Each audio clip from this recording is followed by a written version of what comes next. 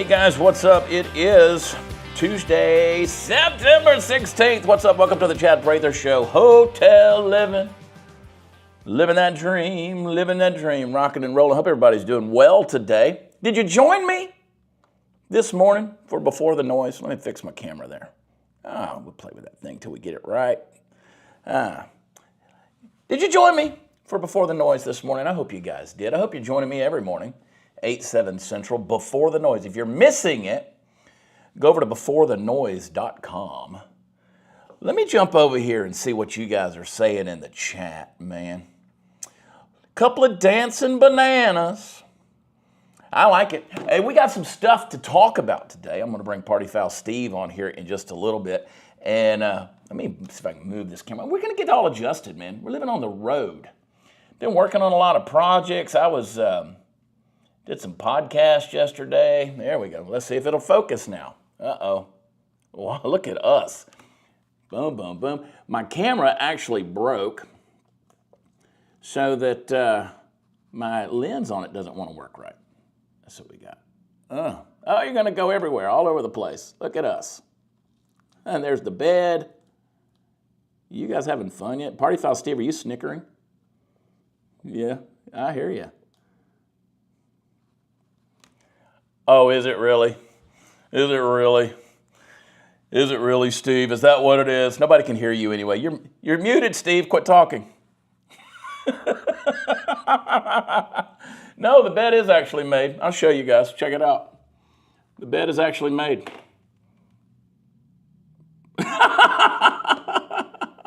This is real podcast television right here, baby. This is the good stuff. Now let's turn that... I have duct tape holding this camera together, though, because it decided to quit on me. All right, anyway, what's up, guys? Fun stuff. I just wanted to see if you guys wanted to talk in the chat, give you guys something to talk about. Anyway, hotel living, baby. I'm making plans, trying to get to Arizona for Charlie's memorial on Sunday. And we're... Sad. I visited with some folks here in Nashville yesterday. We talked about it, and I started talking yesterday morning at 7 a.m. for Before the Noise and didn't finish talking until midnight last night. It was just a full day with a lot of people, and everybody's dealing with the same thing. A lot of people are dealing with this tragedy in a horrible, horrible way. But I want to tell you something, folks. Life has got this funny way of kind of throwing us those curveballs, and one day you think everything, you think everything is going okay, right? And then all of a sudden the world just kind of gets snatched out from under you, and the future that you thought you had or the plans that you thought you had, they just diminish, they go away. And in a situation like what we've been dealing with, where you got tragedy that comes knocking, like an uninvited guest, which it always is, and it stays with you. That's the thing about tragedy. It's the uninvited guest that stays with you forever. But I'll tell you something else. Tragedy is not the only uninvited guest. Hope is also another one. Hope has a way of crashing the party too. And so that's the thing I took away from a lot of the conversations that I had yesterday. I mean, I'm actually headed down to Franklin this evening. I'm going to be on the guys from Jason Aldean's band have a podcast. Try that in a small town podcast. It's a great name, isn't it? And I'm going down there to be with those guys tonight. And the biggest thing that I'm trying to remind everybody is that history proves that hope can surprise you at any given time. The darkest nights are always going to give way to the sunrise. Right outside that window over there is the most beautiful sunrise each morning that I've been here. And I'll tell you something about the human spirit and the grace of God at the same time. It has this uncanny ability to just stand back up and dust itself off and say, well, that hurt, but watch this. I'm going to show you a comeback. And I think our nation is going to make a comeback in a big way. I think we have entertained a lot of the crazy bureaucracies and the woke BS that's out there. We have dealt with tragedy. We've seen a lot of things. We've lost a lot of faith in our institutions. But whenever the bad stuff, the bad ideologies, the bad narratives, the bad agendas, the tragedy thinks that it's written the final chapter. It's funny how God, with his providential grace in hand, he kind of picks up the pen and says, actually, I'm not done yet. I got more for you guys. And so if you're going through personal tragedy, I'll just tell you guys what happened to me last week. On the day that Charlie was shot, this is something I alluded to, my dear niece, my brother and sister-in-law's daughter, you've heard me talk about her in the past because of her choice for life when she was very young, choice to have a baby when she was literally looking to not. And it's a very emotional, touching story, but she had complications from COVID, the gift that keeps on giving, right? And she passed away unexpectedly last week. So I was met that morning with that tragedy, the shocking news that she had passed away because of some medical issues that she had from some surgeries in the past. They think that that's what the COVID attacked. And then, of course, what happened with Charlie that day, and then the aftermath of that. And I think I'm still, in many ways, as many of you are, still reeling from the confusion. So I just want to say, when tragedy strikes, or if you're hurting today, if you're weighed down by loss or confusion or heartbreak or whatever it is that's going on in your life, I want you to take a breath, because you're still here, and you may not want to be, but you're still here on purpose. So I want you to stay in the fight. The fact that you're still breathing means that God has a plan for you in this world that desperately needs your light. And that means your story's not over, and that I believe there's better chapters that are still waiting to be written. And so this show, in these days is about reminding you that we have hope. I like to laugh. I like to, feel that emotion. And I think that if we just keep walking forward with the kind of stubborn hope that refuses to die, I think we're going to be okay. Because tragedy might shake us, but hope has a way of steadying us. So, buckle up, folks. Today we're not just surviving, we are choosing to thrive here. And I'm happy that we're able to do that. And you know what? One of the things that encourages me is you. The fact that you keep showing up day after day. You're like my family. So God bless you guys. I'm so thankful for you. Thank you for the prayers. Let's talk about our friends at Birch Gold. If you're my friend and you support the show, I need you to text Chad to 989898. They are a valued partner of this show. They make it possible. And I'm thankful for those guys over at Birch Gold. So text Chad to 989898 so they can help you get the information you need, free, no obligation information kit on how you can diversify your future and your retirement in a tax-sheltered IRA that's backed by physical gold. Gold has gone up, up, up. And you want to get a piece of that right now through the end of the month. They got a rebate going if you're a first-time buyer of gold or silver with Birch Gold. They have got an up to $10,000 rebate that you could qualify for. So I want you to give them that text message, Chad, to 989898, and let them get that information over to you. Text Chad to 989898. I'm not promising to send you anything if you do it. I'm just telling you, do it. I need you to do it. All right. Let's all right, Party Foul Steve. Come on, you can make fun of me now. Bring him on. There he is. I'm making fun of your disastrous camera. Well, this camera is about that big. It's literally the Osmo camera that I use on the road. It's about an inch wide. And so if you hit the wrong, there's a screen on it that you can flip. And if you flip the screen, it resets the entire camera, flips the whole thing around. Well, yesterday that camera broke, so I can't keep it on the horizontal. It flips back to the vertical, and so it wants to reset and flip around. So I've got this thing held together by duct tape, bro. Yeah. Well, got this thing held together. At least you're here. I'm here. I'm excited about being here. I'm actually adding more duct tape right here. You're in my home. You're in my homeland. My Tennessee family area. Is that what we're going to call it? Yeah, Tennessee that's my family? homeland. That's where I'm from. That's my root. I have roots that go all the way through Middle Tennessee. Yeah. So. Tell them about your roots, Steve. They came right through Marshall County, Tennessee. No, but tell them about your namesake. Nope, we're not going to do that because let's talk about where the name Stephen Forrest Powell came from. Yep, everybody in Marshall County has the name Forrest. Somebody. Yep, somebody. I mean, sort of like if y'all saw Forrest Gump, then you know the significance of the name Forrest. Yeah, that along with the schools and stuff like that in that area. We were in Marshall County. We were north of the river. My great grandfather was from Holt's Corner, Tennessee. That's where he was born. Yeah. Is that where he's buried? That's where he's buried too, right in the middle of a dairy farm. Let's just say it. Your family was KKK. No, I don't know if they were or not. They left there. They left there. They loaded everything they had in a buckboard wagon and headed west. That westward expansion thing. I don't think I could have handled it, man. I mean, I get why people did it, but that was some hard living. Can you imagine being a woman on the trail, having to go out there, and when you get there, it's 3 below?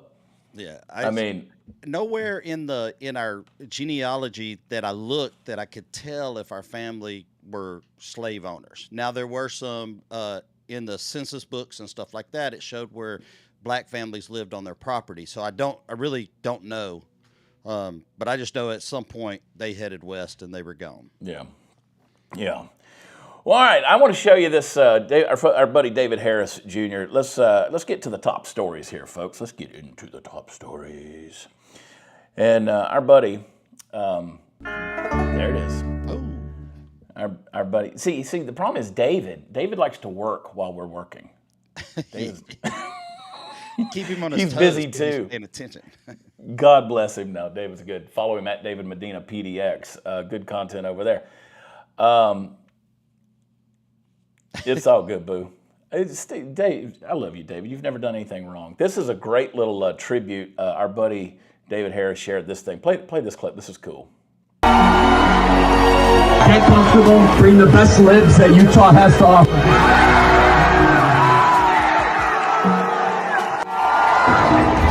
Counting or not counting gang violence? Great. If you thought that my husband's mission was powerful before, you have no idea. You have no idea what you just have unleashed across this entire country and this world. You have no idea.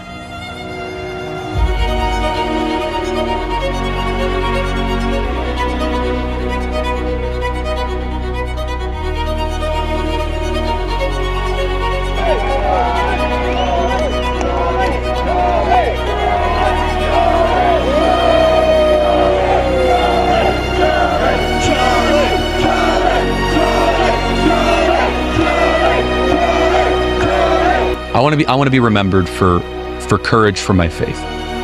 That would be the most important thing. The most important thing is my faith.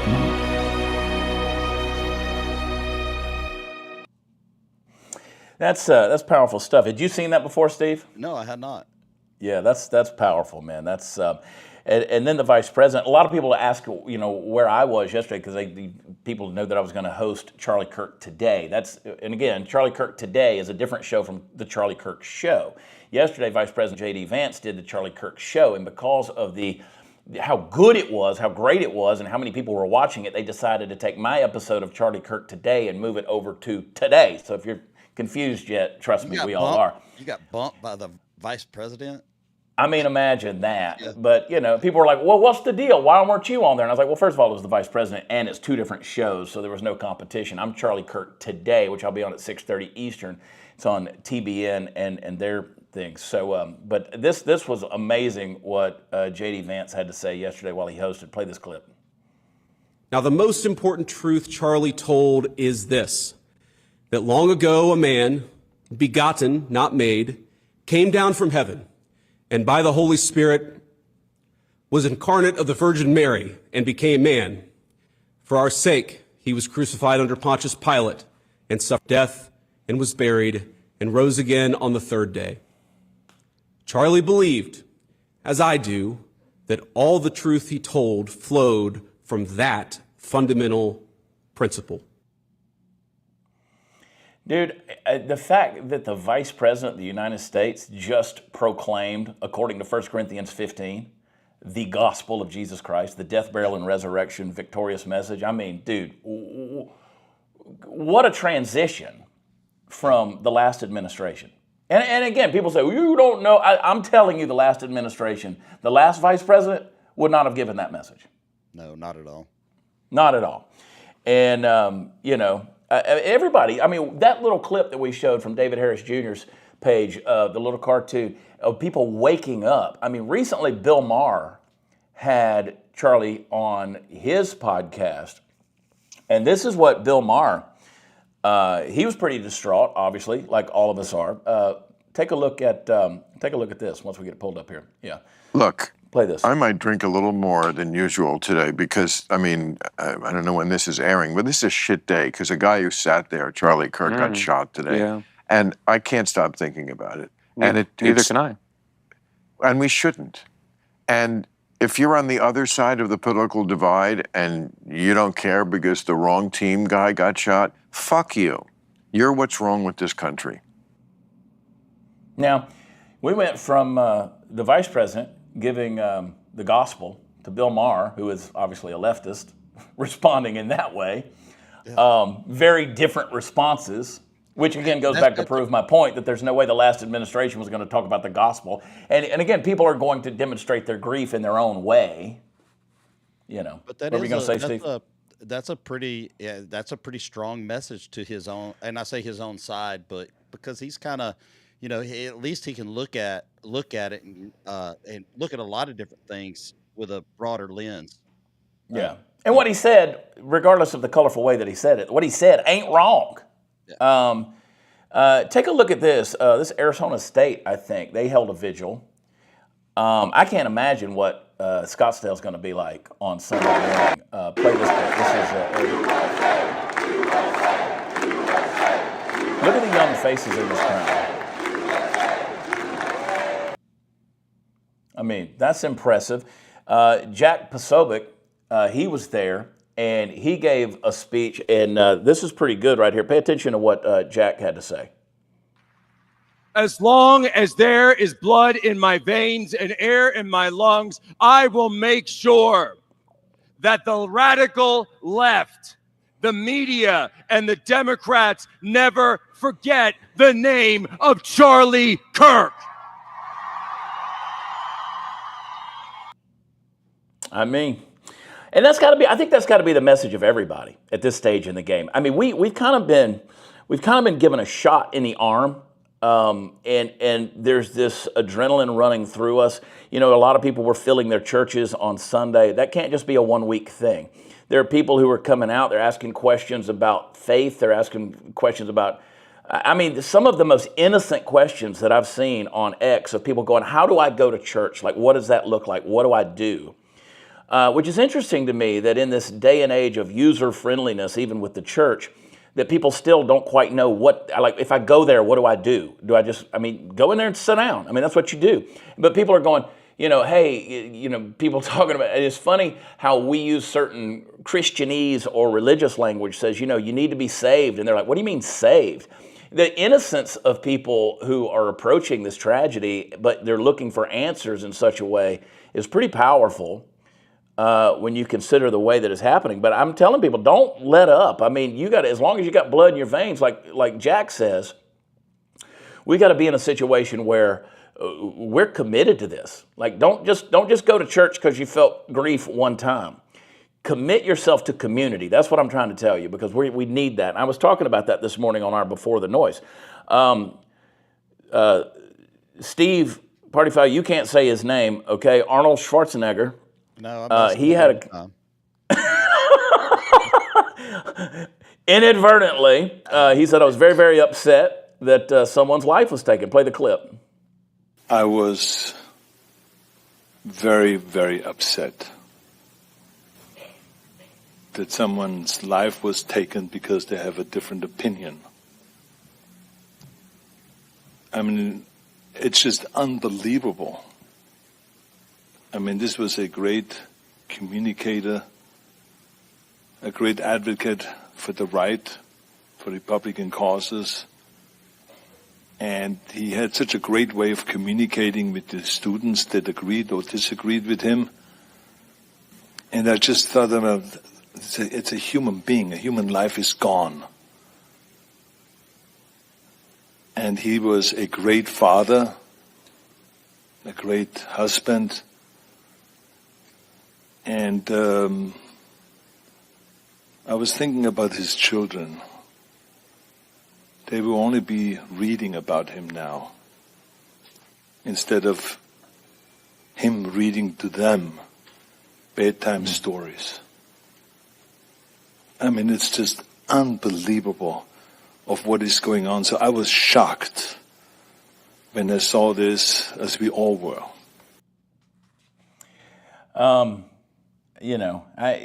Arnold, who also said F your freedom, so I'm not going to stop holding him accountable for certain aspects of the things that he said in the past. But again, I think we're at a stage where everybody is paying tribute, and I want to see it continue. I did continue too, to and I think happen. that was just he was showing some respect, and because you don't have to agree with someone to respect them, if that makes any sense. Well, it's human decency, man. It's just human decency, and that's what I think that in a lot of ways that the shock has been as we see these comments. People are losing their jobs. I mean, in droves, because we've just lost human decency, and that's one of the things of this great sociological experiment known as social media that has dehumanized people, and it's led to a culture where you can call people by these labels. Again, I want to say something I said yesterday, and I took this from Chad Robichaud. They don't kill you because you're a Nazi. They call you a Nazi so they can kill you. That's the difference. If they can apply the label to you, they can dehumanize you. We got to get back to humanity, folks. And I want to see you guys in the chat. I mean, we're always going to have the trolls that are going to pop in here. But again, I don't... Listen, you're part of the problem. You are part of the problem. If you want to come on and just troll this Machiavellian, narcissistic, weird phenomena that is the internet troll that wants to go out there behind a keyboard and dehumanize everybody, make their accusations, drop their garbage. Listen, you're an idiot, and you are part of the problem in society. And here's why I tell you that. If you are in any way, shape, or form have the motor skills or the firing synapses in your brain to connect thoughts, because I don't know if some of these trolls have a developed prefrontal cortex, but this same rhetoric that you're trying to live and push, or trying to live by and push, is going to punish you one day. You don't understand the world that you're creating that ultimately is going to punish you. And so that's why I say, I want to hear people in the chat, yes or no. Do you think we can get back to some form of humanity where we just have some human decency? Because that's, in a big way, the thing that's been lost. A world without decency is not a society that we want to live in anymore. It's not the one we want to do. And again, what I've always told you guys is that what you see in the real world is typically not what you see online, right? People can be very rude to each other. You argue with strangers online, but you go out and you hold the door open for somebody walking into a restaurant out in public. But we're starting to see a shift where people out in public are acting like pure shitheads. They're arguing over a grocery basket in the store. Who got to it first? Yeah. And I mean, they're willing to fight. One right there. I mean, we're willing to fight over all of this stuff. And like physically take each other to blows, take each other to task over this stuff. And so, this hateful behavior, hateful rhetoric is one thing. We'll talk about that in a minute because I want to get to what Pam Bondi said about hate speech, clarify some things on that, but also issue a rebuke. We'll talk about that. Hateful rhetoric, or what you would consider hateful rhetoric, is one thing. Hateful behavior is another deal. And so we're getting to a point where we're allowing hateful behavior to not only manifest, but to thrive, and we're excusing it because, well, I can just tell you, people are evil. The Bible says that the heart is desperately wicked and deceitful above all things. The prophet Jeremiah said, who can know it? Paul says in the book of Romans, he said, feet are swift to run towards evil and to shed blood. The tongue is filled with lies. There's all of these horrible things that we know throughout human history and the biblical concept of humanity and our fallenness, that we are depraved people. So if we don't get back to some decency, and I don't think we get back to decency without what I believe is an awakening to spiritual truth, to a moral grounding, because here's the deal.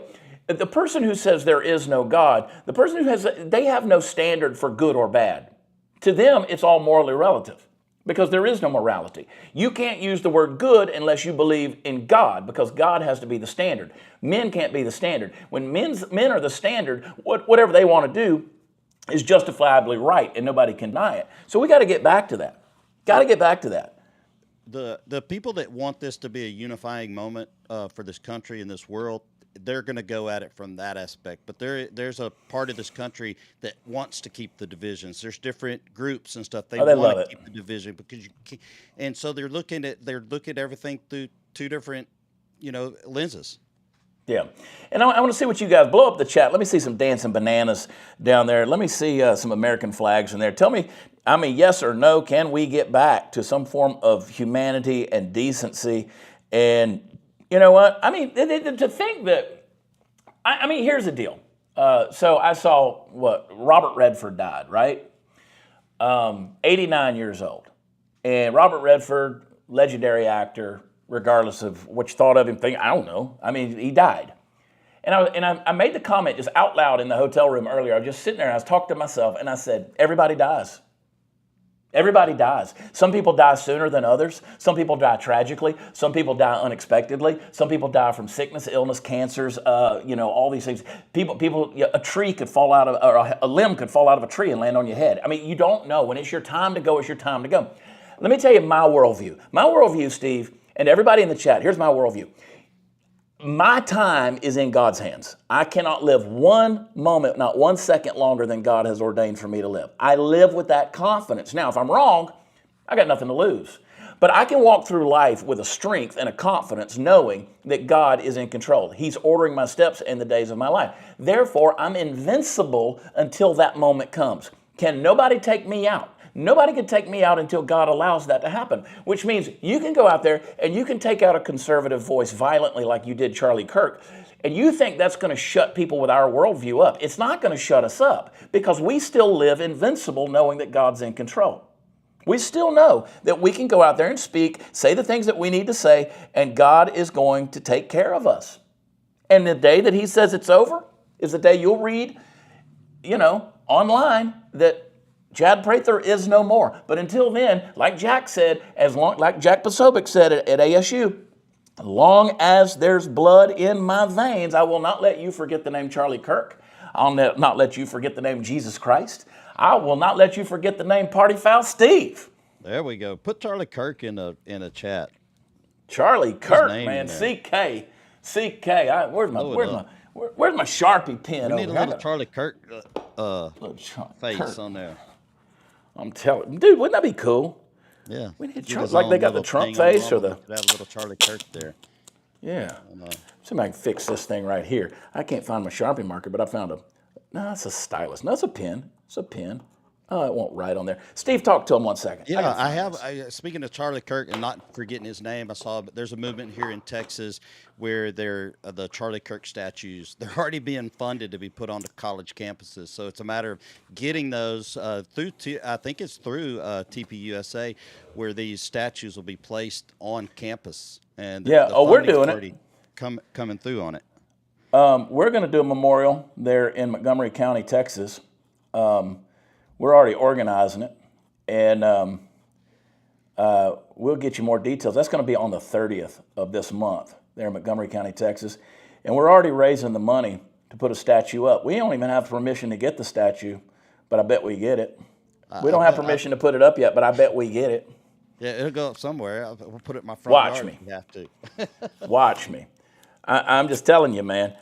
You watch me. Watch what happens. We're going to get it. Let's go over here. Bam. How about that? You ain't going to forget it. CK. Little Charlie Kirk. Okay. Good deal. Little CK I like in it. it. Look at it. Look at it. Blow that sucker up, man. I love it. But no, we're going to do that. We're going to have a memorial. I'll be there. I think we're going to do it out at the Montgomery County Fairgrounds on the 30th. And we're going to put a statue up. Mark my words. We're going to put a statue up in Montgomery County. We'll get that sucker done. We're going to get that sucker done.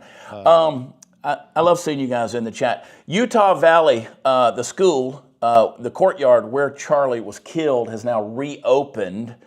And let's be clear, not killed, assassinated. Play the clip. This is the courtyard where it all happened. It's now open to the public again. There's lots of people coming here, placing flowers, cards, things like that. And the university is already making some changes. They're replacing the grass where Charlie Kirk was speaking with pavers. And there are several petitions online asking the school to make this into a permanent memorial for Charlie Kirk. They need something. They need a plaque. I'd love to see, somebody's always going to disagree with that, but there needs to be a plaque. There needs to be something there. I mean, that's something very historical that happened there that represents a movement. Kash Patel was in the Senate hearing. Kash, he was pretty fired up. He went off on him on this deal. He's not playing around on this deal. Play this clip. Deputy Director Dan Bongino was a conspiracy theorist who built a lucrative career making inflammatory and unsubstantiated statements about the FBI that would be disqualifying in any administration that cared about nonpartisan law enforcement. For instance, Mr. Bongino called the placement of pipe bombs outside the DNC and RNC headquarters on January 6, quote, an inside job, and went on to say this was a setup. I have zero doubt, and whoever goes into the FBI, you better get an answer about why. Director Patel, you and Deputy Director Bongino are now leading the FBI. What is the evidence to suggest the pipe bombs placed outside of the DNC and RNC on January 6th were an inside? Stop right there. Look at Kash. Kash is ready to run circles around this clown. He's ready to explode. Now, watch what he says. Play the clip. Good job. I appreciate the opportunity to discuss Director Bongino's mind record. So many on this committee and the media jettison our 31 years of public service. Can you answer the question, sir? I'm answering the question. You're questioning the integrity of the deputy director of the FBI and mine. And I'm going to answer the question. The pipe bomb investigation is ongoing, and I'm not going to discuss the details of the pipe bomb investigation. Mr. Bongino was a Secret Service agent for 15 years, a police officer for 5. I served this country in multiple administrations for 16 years. We were also private citizens, and we are now back in government service. And what we have the ability to do is set aside our personal beliefs to deliver the mission of justice for this country, and we're doing it day in and day out. And I find it disgusting that everyone and anyone would jettison our 31 years of combined experience that is now at the helm of the FBI, delivering historic results at historic speeds for the American people. So you have no evidence? I got a lot of evidence, and I'll give it to you when I can. Yeah, I'm looking forward to it. There's a New York Times story this morning about... These pinhead senators and congressmen who want to make their accusations, and then when it comes time to get the answer, don't want to hear the response. You made the accusation. You called him a conspiracy theorist. You called Dan Bongino a conspiracy theorist, a guy who made a lucrative, and he's not supposed to respond to that. He made a lucrative career pushing these things. But you know what? I hope that Kash and Dan, I hope they bury these guys. I hope they absolutely bury these guys. I hope they do. Now, I was a little critical of Kash on that first tweet when they said they had the guy. That was premature, and it should have been. He said it should have been worded different. Maybe it shouldn't have been worded at all at that moment. Yeah, I think that this has been a problem with this administration is their rush to positive judgments or rush to positive news, even when it wasn't verified yet. And they've floated some things out there. We've seen this Department of Justice, we've seen this AG's office do it several times with the Epstein information and on down. I mean, we've seen a lot of their rush to statements that I don't think they should have done, and I think that was certainly one of them. We'll talk a little bit more about that here in just a little bit. Right. But this, you can't convince me that this was just a kid in Utah who did this. I mean, the same as, if you look at Lee Harvey Oswald, regardless of what you think about whether that was a single shooter or multiple shooters or who carried it out or whatever, I mean, there was still people that were conspiring. If you look at the assassination of Abraham Lincoln and you say, well, John Wilkes Booth, there were people who were conspiring. John Wilkes Booth got shot and died, which is unfortunate that the way that happened. But, several other people hung because of Lincoln's assassination. And I hope that we can come to the bottom of what is going on, because there were some enablers. If this kid was the trigger man or not, there were still some enablers that were there. You can't convince me otherwise. I would love to see you guys in the chat tell me yes or no. Were there more people involved in this? And even more importantly, will we find out who was involved in it? I think we're starting to see some stuff come out. Because of the online stuff, it's like the old school when you're in the schoolyard having a fight and you got all these people around, hit him, punch him, go for it, do it. This is just happening. It's just happening from people online that he's never seen. And, I think there's more to it than even that. You think it's deeper than that? You think it's more than... I think it's more than just a Discord chat. I think it's way more than that. They have not publicly charged or named any additional co-conspirators, the forensic links reported in public statements, they focused on the DNA and the digital messages tied to Tyler Robinson. But that doesn't rule out investigators that are continuing to look for any other accomplices or wider assistance, if you will. But right now, we don't know if there's any evidence on that or not. Now, Kash Patel says that over 20 people are being investigated in the assassination of Charlie Kirk. Play this clip. It's done in this investigation. Is the FBI investigating the Kirk assassination as part of this broader pattern of anti-religious, anti-Christian violence? We are investigating Charlie's assassination fully and completely and running out every lead related to any allegation of broader violence, and we're producing results on that we'll disclose when appropriate. Good. I'm glad to hear that. Let me just ask you a few questions about that, if I could. Reports have suggested that the FBI is investigating a broader network of groups that may have had some knowledge of the shooter's plans. Can you give us any details on that, following up what you already said in public? How's the FBI working to find other potential accomplices, folks who may have known about the shooter's plans, folks who may have encouraged him? Any update on any of that? So in terms of what we do for an interrogation perspective, we go and reach out to the family and community immediately. And we've conducted those investigations and interrogations with local law enforcement, and we're continuing to do that because those closest to the suspect are going to hopefully know the most about the suspect and his beliefs and his ideology. On top of that, unfortunately, it has been leaked that there was a Discord chat, and for those unfamiliar with it, it's a gaming chat room online that the suspect participated in. So what we're doing, we've already done, is sort of legal process, not just on Discord, so that the information we gathered is sustained and held in a evidentiary posture that we could use in prosecution should it be decided to do so. And we're also going to be investigating anyone and everyone involved in that Discord chat. Okay, very good. I see the public reports that the Discord thread had as many as 20 additional users. It sounds like you're trying to run down all of that to see if that's accurate, who else may have been on that thread, what they may have known. Is that fair to say? It's a lot more than that, and we're running them all down. It's a lot more than 20? Yes, sir. And you're running all of that together? Every single one. Yeah, fantastic. Let me just turn to the broader question here of anti-religious, Okay, so Chad, you in that 20 or those more? Are you thinking like, is your thoughts going deep state? Is it going another country involved? And are they sure. just throwing spaghetti against the wall and seeing if somebody pops up that would do what they wanted done or wanted done? I certainly hope not. But there's some things that simply don't line up with this whole deal.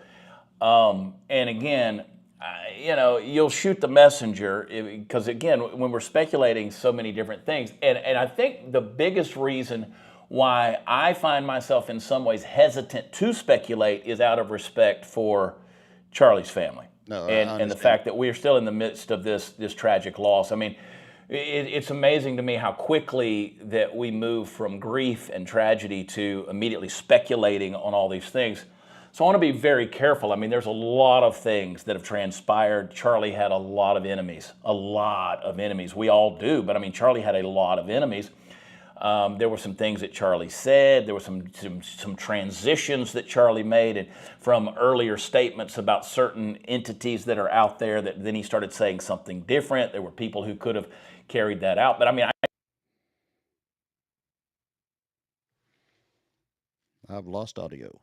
On provisions that were made. And I'd love to hear in the chat what you guys have to say on that. I remember when we used to do comedy, man, it was so much easier to just laugh and, joke about stuff. These days we're dealing with some heavy stuff. But I think we're seeing that a lot of the Israel stuff, I mean, the stuff that's coming out there it's not good. I mean, the stuff that you're seeing, I mean, you got this old guy that they arrested, talking about Kash and what he said.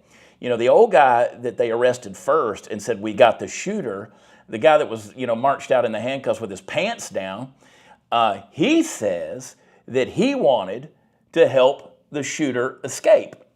So that tells you that he's at least in some way in on it, This is one of the reasons the kid was able to get away, as we saw in the video with him climbing down out of the deal. He's out there shouting, I shot him, so shoot me. That's what the old man was saying. I shot him, now shoot me. That was immediately after the shooting, and he says that was an attempt to get help for the shooter to escape. Now, this is the same dude who's been seen on the ground at 9/11. George Zinn, 71, taken into custody following the shooting, but he was later cleared on having any direct involvement with the shooting. I mean, WTF, man. Said he was arrested on suspicion of obstruction of justice. I was going to say, can't they lock him up for the rest of his life now? Yeah. And I mean, this was a guy who, again, I've seen the alleged, speculations that are out there that this same guy, George Zinn, was on the ground at 9/11. He's been around a number of different conspiracy-laden things that have happened. And it's like, why is this dude? I mean, this guy could very well be a crisis actor, which means someone, he has all the trademarks of being a crisis, or the earmarks, I should say, of being a crisis actor. So who's paying him to be there? Who's paying him to be a part of that? So we got to get to the bottom of that. And a lot of people say, well, let's just grieve Charlie. Why does any of this matter? Because there's some factions and some forces that are out there that want to silence every single one of us if we're not willing to play the game and go along with, as you said, the deep state or some foreign entity that's out there that needs nobody to speak negatively about them ever. So, and it's almost better to strike the iron while it's hot, because in 20 years from now, when you're still trying to look at the things, you're looking at it from 20 years ago. It's like, well, if you don't, you're going to wind up with, 65 years from now with these classified documents being supposedly released in the name of MLK or JFK, right? Like, let's get to the bottom of it now while we have these guys in the alphabet agencies that we think we can trust, guys like Kash and Dan, and let's get to the bottom of it. I mean, let's remember these guys were close personal friends of Charlie Kirk, so they've got a vested interest to find out the truth, which is not some, distant bureaucrat that doesn't really care if the truth comes out or not. So, yeah, I'd say let's get to the bottom of it. Let's get to the bottom of it. But see, this kind of deal also is leading us in a bad direction. It's leading us in a really bad direction when you consider some of the potential legalities and policies that are being talked about. Pam Bondi came out and said that she's got this to say about coming after, quote, hate speech. I have massive issues with the way she stated this. Now, I think I know what she was trying to say, but I think Pam Bondi has a quota of saying something really stupid at least once a month. And this is really stupid what she said, and I'll explain in a minute. Play the clip. There's free speech, and then there's hate speech. No, there's not. Stop. No, there's not. I can't even wait for her to finish. No, there's not. No, there's not. There's not free speech and hate speech. There's just free speech. There's just free speech. Start her over. Let people listen. I'm sorry. Play it. There's free speech, and then there's hate speech. And there is no place, especially now, especially after what happened to Charlie, in our society. Do you see more law enforcement going after these groups who are using hate speech and putting cuffs on people so we show them that some action is better than no action? We will absolutely target you, go after you, if you are targeting anyone with hate speech, anything. And that's across the aisle. There's free speech, and then there's hate speech. And there is no place, especially now, especially after what happened. All right, here's the issue that I have, guys. Here's the issue with this, and you know what I'm going to say. There's no such thing. David, hit mute on your deal, bro. Hit mute. There's no such thing as free speech. It's hate speech. No such thing as hate speech. Quote, hate speech. That is a political invention. It's a tool that was created to control what you are and are not allowed to say. There is free speech. That's it. The First Amendment does not carve out exceptions for words that hurt your feelings. Okay? If speech is truly harmful, and this is where she messed up, See, she's talking about free speech, but then she's comparing that to incitement of violence. Those are two completely different things. Those are two different categories. We already have laws for direct threats and incitement to violence and defamation. We have those laws. Everything else falls under the category of free speech. This is the same BS that Tim Walz said when he was campaigning as vice president. He was the one who said we gotta outlaw hate speech. No, no, no. When you create a category called hate speech, Pam, what you're really doing is giving the government and the cultural elites out there the power to then decide what you can and can't say. And then once they have that power, the definition's always going to expand until it covers everything and anything they don't like. Now, you start letting progressive liberals get in office, and that will happen at some point in time, unfortunately. They're going to use that tool in a way that's going to absolutely punish you. So free speech is not safe speech. It is not polite speech. It is not speech approved by the ruling or governing class. Free speech means you get to speak your mind, and so does the person that you disagree with. Now that's pivotal. The moment we accept that fake, false category of hate speech, we surrender the very freedom that allows truth to be spoken, and that's the foundation of this country. I hate the way she said this. You want to talk about a slippery slope, man. Now, does she come back and retract what she said and restate it? Or does she needs to. What's she needs to. What's she going to do? Well, she put it on an X post, and I responded to that too. X post, it only goes so far.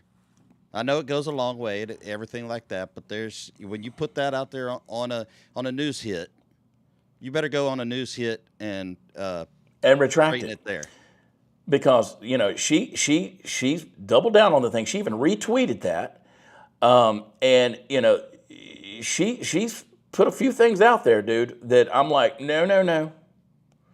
You can't do that. You just can't do that. That is deadly. It's dangerous. And people say, well, we got buyer's remorse on Pam Bondi. I didn't like Pam Bondi when he picked her. I wasn't a fan of hers when he picked her. So I'm not sure a lot of people did. There was a lot of people that were calling that into question. Yeah, I called a lot of them into question. But absolutely. Well, right she was my least favorite pick. I also was worried about Marco Rubio, but he's performed in a stellar manner. They need to remove her. It either needs to be Andrew Bailey. He'll put Stephen Miller in there. I'm all for either one of those things. Let's get some folks that are done. Stop pandering to the left. We can't use the leftist rhetoric in order to push this kind of stuff. And that's exactly what that is. Those are literally the same words that Tim Walz was using. All right. Let's go to Pinheads of the day. Let's do that before we get Pinheads of the day. Should be a couple. There's a couple of them. Oh, my buddy Jack Posobiec. Jack's a smart dude. Jack is a smart dude, and he absolutely goes off on Destiny. You're like, who is that? Watch the clip. I mean, Piers, this is exactly what I'm talking about. This type of ideology where you've got someone who's willing to mock Erica, who's been standing strong for her family, for her children, she will never be able to grow old with Charlie. She will never be able to be with them again, have more children, to have grandchildren, to have those memories, to raise them. It's all gone. Every single moment of that future that they had was gone because someone fired a bullet at Charlie Kirk that said, "Hey, fascist, catch." And now you have people celebrating it. And when you ask people That's about not even it, the they bullet say, that was fired. How are you lying about this? Shut up, Destiny. Holy shut up. Shit. You're so Shut shameless, up. dude. Oh my God. You're not even inside the right bullet. You're such a disgusting piece of shit. Holy fuck. What a pedantic point. Are we, what a are we It's even not going to do pedantic. this? This guy's a fucking professional It's total liar. pedantry. This guy probably I would like to let Jack finish his point, please. Yeah, and they'll claim there's no leftist connection. They'll claim there's no there, and then go so far as to lie and say there's some kind of Christian conservative connection when you could see the writing on the bullet casings. And so, these are very common symbols associated. Whatever. The point is, right? it should be very, very clear. Are we connected with our humanity or are we not? I love that. Oh, shut up, Destiny. I mean, oh, shut up, Destiny. These people have no class. They're garbage human beings. And Jessica Tarlov, she tries on the 5 to spout her stuff. Gutfeld. Oh, dude, this is great. Gutfeld lit her ass up, and she deserved it. Play the clip. It wasn't school indoctrination. Kerry Lake went off on that. He was in an online apprenticeship program at Dixie Technical College, which I don't think was changed. I would just note I the understand, family but said they he didn't say changed. when he changed. Yeah. I'm just saying we need They said more he articulated information his before hate you for Charlie smear. Kirk at a dinner Before you We don't need more information. Really? Yes, we Okay. don't need it. What is interesting here is why is only this happening on the left and not the right? That's all we need to know. What about There's Vance absolutely Pilcher? no cognitive. What about Melissa Hortman that we just okay, you want to talk about Melissa Hortman? Did you know her name before it happened? None of us did. None of us were spending every single day talking about Mrs. Hortman. I never heard of her until after she died. She doesn't matter? Don't play that bullshit with me. You know what I'm saying is there was no demonization, amplification about that woman before she died. It was a specific crime against her by somebody who knew her. The same. Now you could bring up Josh Shapiro, but then you will not bring up, for example, that was a pro-Palestine person. So don't use your. What about this? The fact of the matter is the both sides argument not only doesn't fly, we don't care. We don't care about your both sides argument. That shit is dead. For one thing, I'm telling you. see, here's the thing.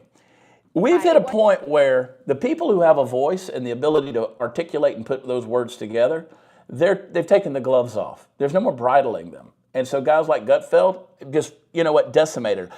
And that's the same. Her reasoning on that about, she's talking about the Minnesota lawmaker and her husband that got killed in their home by the whack job, who, yes, he was supposedly a conservative and a preacher or whatever, but he's a whack job. I don't care which side of the aisle you're on. You're a whack job. You can't compare her to Charlie Kirk. They villainized, dehumanized, and labeled and categorized Charlie Kirk to the point where this violence happened.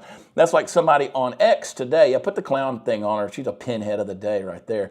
Slap it on her. Good job, Jessica. Go do your nails.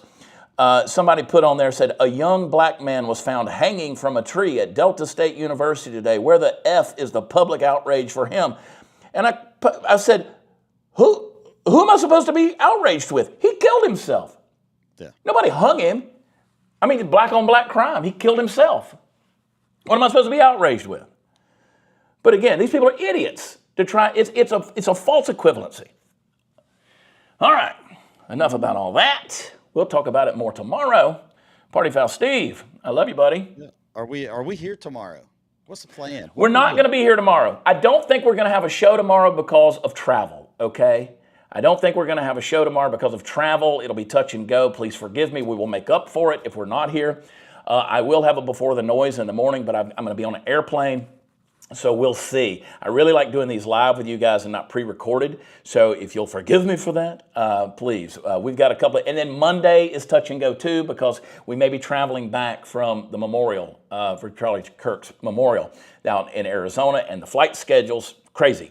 So anyway, it just is what it is. So Party Foul Steve, thank you for bringing that up, buddy. Make sure you're following Party Foul Steve. Good deal. At partyfoulsteve.com. All right, brother. I love you, buddy. I'll talk to you here in a little bit. You will see me tomorrow. You pick me up at the airport.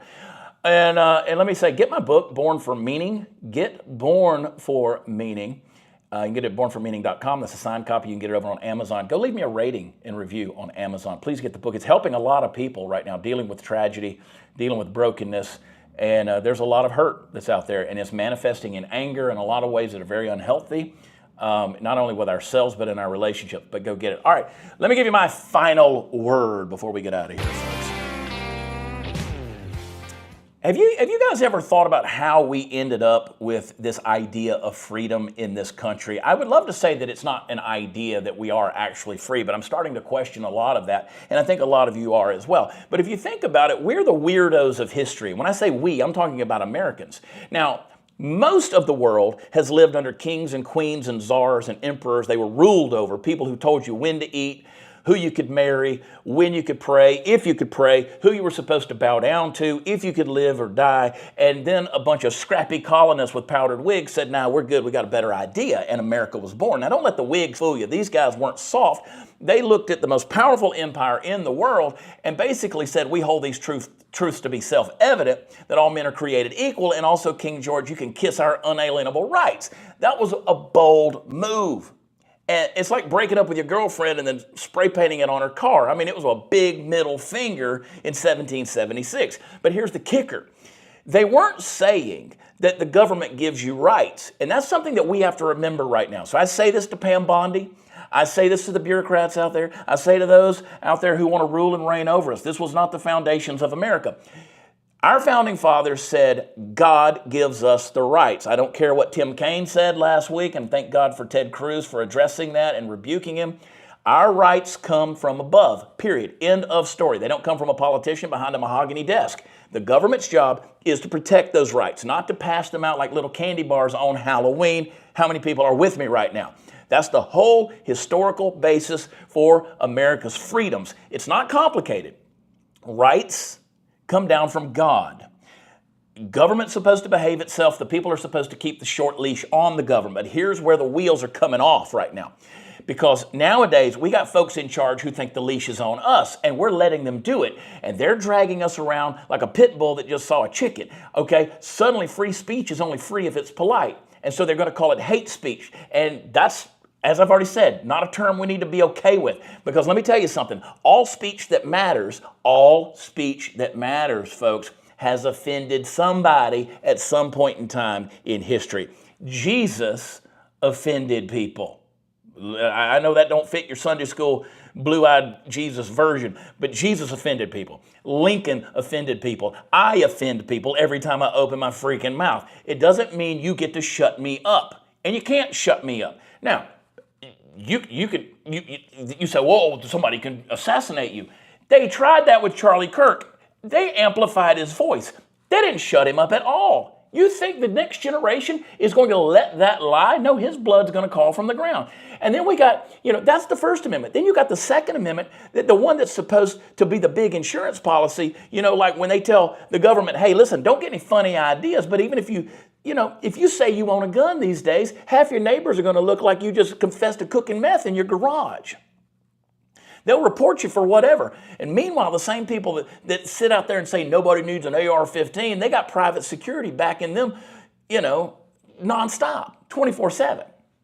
And then you talk about the courts. Our founders wrote down words in plain English that said, Congress shall make no law. That's not a riddle. It's not a puzzle on the back of a cereal box. But now we got judges that look at it like it's abstract art. What does it really mean? You can't violate our unalienable rights that are given us from above. Let me tell you what it means. It means you don't make a law that's going to give you the opportunity to reinterpret everything according to your whim, like it's Taylor Swift finding a new boyfriend. Now, the biggest problem out there, and I want you to stay with me for one more second. The biggest problem we've got is we've lost our moral backbone. The founders said this thing called America only works if the people are moral and religious. You get rid of God, you get rid of virtue, suddenly everybody's shocked that freedom is evaporating. Of course it is. If you think babies that are unborn are protoplasmic blobs or a clump of cells or a fetus or a parasite or whatever it is they're calling, listen, you've lost the script, man. If people won't govern themselves with a sense of virtue, as I said earlier, decency and morality, the government is always going to happily step in, and do it for you. It will tell you what to eat, what to drive, what to say, what pronouns to use, and eventually what to believe and what you can and can't say. So now we're basically going back and violating the founders' ideas of saying self-government given by God from those rights from above to say, no, you know what, we want to be like everybody else. Give us the kings, give us the emperors, give us the czars, give us the bosses in charge. You see, freedom isn't complicated, but people love to be ruled over with tyranny. Freedom's not complicated, folks, but it's fragile. And every time we hand over another little piece of it because we want to be safe or comfortable and secure, we're basically selling the farm one cow at a time. And at some point, you're just standing there in an empty field wondering what the heck happened to the herd. So yeah, the historical basis for our freedom is God, common sense, a little bit of powdered wig rebellion, and we might need some of that right now. And it's being eroded by people who forgot that the government is supposed to work for us and not the other way around. So if we don't wake up, let's just say our grandkids are going to be sitting in a history class one day learning how freedom used to be a thing here in America. All right, get my book, Born for Meaning. Join me for Before the Noise at 8, 7 Central. Know that I love you guys. I appreciate you so much. Thank you for joining us today. Leave a message down below. Leave a comment. Hit that thumbs up button. Subscribe on Rumble and YouTube. YouTube is growing. It's wild. We're seeing it grow in a wild way. We've added like 60,000 new subscribers on there. I would encourage you, Rumble and YouTube, do both. And thank you for joining us on the live chat in both of those places. Leave us a rating and review over there where podcasts are offered on Spotify and Apple. And no show tomorrow, I don't think. If we're here, it'll be a surprise to all of us. But no show tomorrow. And if not, we'll see you on Thursday, okay? I love you guys. God bless you. And talk to you next time.